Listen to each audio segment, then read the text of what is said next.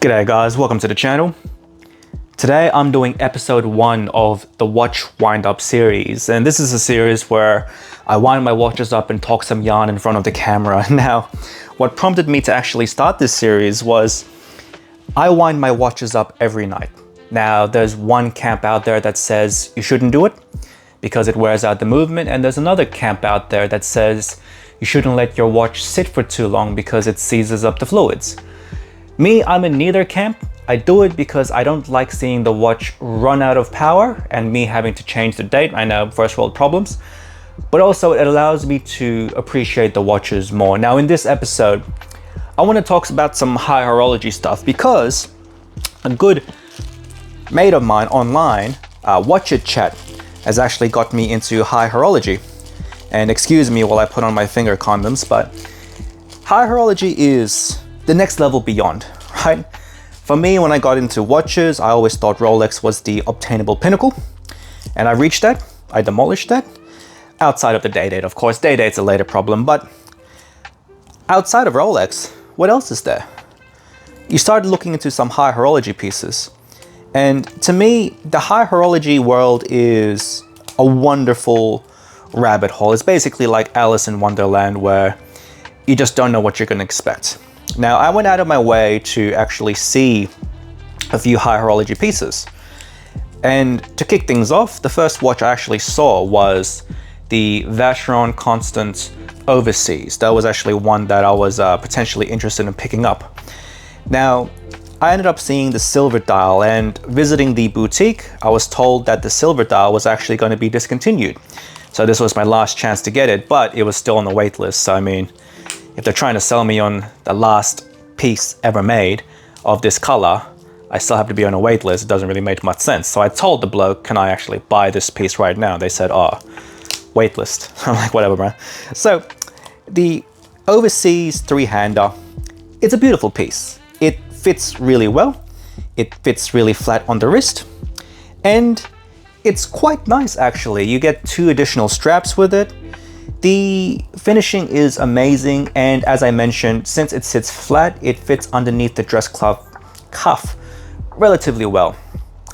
The weird thing about the Overseas is it doesn't have hacking seconds. That's quite weird to me. I would have expected something of that price point, 40-odd thousand Australian dollar dues, to have hacking seconds at least, but you know, it is what it is, right? So the 41 Overseas, something that's pretty cool. As an integrated sports watch in the high horology world, it's one of the pinnacles of the, the Holy Trinity, the APs, the PPs, and the VCs. Interesting watch. I would love to get it in the all gold and the green dial, but hey, I don't have 100 grand put aside for watches. I have 100 grand right here. That's a lot of money, essentially. That's a later problem in life. Now, I also got a chance to try the Overseas chronograph. Now that was actually a pretty nice piece, but it was relatively large for me. That was the disappointing part about it. So although it is nice, I myself aren't able to fit something like that, which if you have the wrist for it, I reckon definitely do give it a try. Retail for that is about 56,000 Australian dollars. Great piece. I myself, if I had the wrist for it, I'd go for the dual time. So the dual time is right up my alley. And if you watch the channel, I'm really into my GMTs. But yeah, Vacheron offers great bang for buck. They're considered poison, however, within the high horology world. Like most high horology brands, all of them are poison. But look, if you're spending that much money, I don't think you're getting into those pieces because you lack coin. I think you're getting into those pieces because you want something more than Rolex, right? And Rolex is a great standard to hit. Once you hit that, if you want to continue on this watch journey, I think this is the direction that you'll naturally go to. Next up is Audemars. So Audemars Piguet, I've actually had a chance to see the boutique here in Sydney. There's actually apparently only one AD in Australia, which is actually Swiss Concepts. Now I do have a portfolio with them, and I was ready to go ahead and get myself a Royal Oak. I was like, yep, got the money for the Royal Oak, let's effing go. And yeah, me being naive, I didn't realize that it's close to impossible to get. And that's the reason why they're marked up bloody, what, 10, 15, 20 grand on the gray markets, which is ridiculous. But look, I put my name down for a Royal Oak. They didn't have any to try, so I wanted to try the smaller 38s in the Chronos, the 37s in the three-hander, and the 41. But nothing in stock, no exhibition models, and they only had the offshore. Now, old mate at Swiss Concepts was trying to sell me an offshore. He said if I wanted to, I can buy it right now. And I'm like, brother, I'll show you a clip. Old mate was saying that it looked fantastic on me and it was a monstrosity on my wrist. This was the offshore diver. Now, the pricing for the Royal Oaks, we're talking about that high 40s range, like 48, 49, going up to that 50s range for the Chrono. So relatively more than the VC. However, not that much more than the VC when you're talking within the realm of, you know, low 40 to high 40, spending that much coin. Like, it is still a big amount, but again, relatively, it's not that much big of an increase. Now, the AP would be a better option if you're thinking about value retention. However, as an overall package, I reckon the Vacheron is a better wearer because it has a better water resistance. I believe it's like 100 or 150 meters water resistance, where the AP is only 50. You got the micro adjust on the bracelet as well as the 2 additional straps. And I think the VC looks a bit better, in my honest opinion. However, the AP to me has the more attractive bracelet and dial because it's a bit more interesting. For me, if I was to go down the AP route, I might go for the Chrono 38. That looks a bit more interesting than the standard three-hander. However, look, the guy told me it's close to impossible to get. There's no ETA. I better not hold my breath. There are a couple of AP examples out there in the gray market. So retail, call it 50 grand. They're trading for like 57, 58 for used examples. Otherwise, look, it's okay. It'll always be there. And if they give me the call, they give me the call.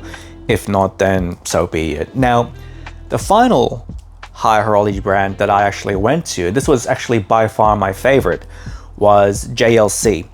Now, JLC is a bit of left of field for me because I'm not into dress watches. However, I did go ahead and try the reverso mono face in solid pink gold, the black dial, along with the duo face.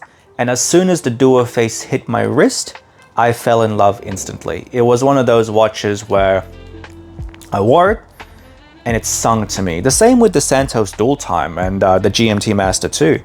It's one of those where got it on the wrist and yeah, it was game over for my wallet basically. Now, retail for that bad boy is about 41,100 Australian dollars.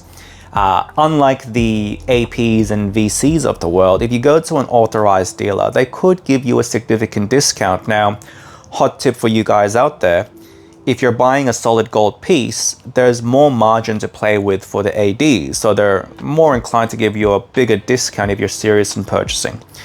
Now, what I loved about the Duo Face is just its unique wearability. Rectangular case, 2 dials basically, so it's 2 watches in one. You've got that blue lacquered dial, as well as that opaline or silver sunray finish dial. And it was just beautiful. The strap as well, and I'm not a leather strap man myself. However, the strap was great. It just didn't feel as if that I was compromising wearing that watch. And what I mean by that is most straps out there, I have to wear on the tightest setting. Like for example, my Dual Time, I have to wear this on the tightest setting. Not with the JLC, it actually has a great length to it.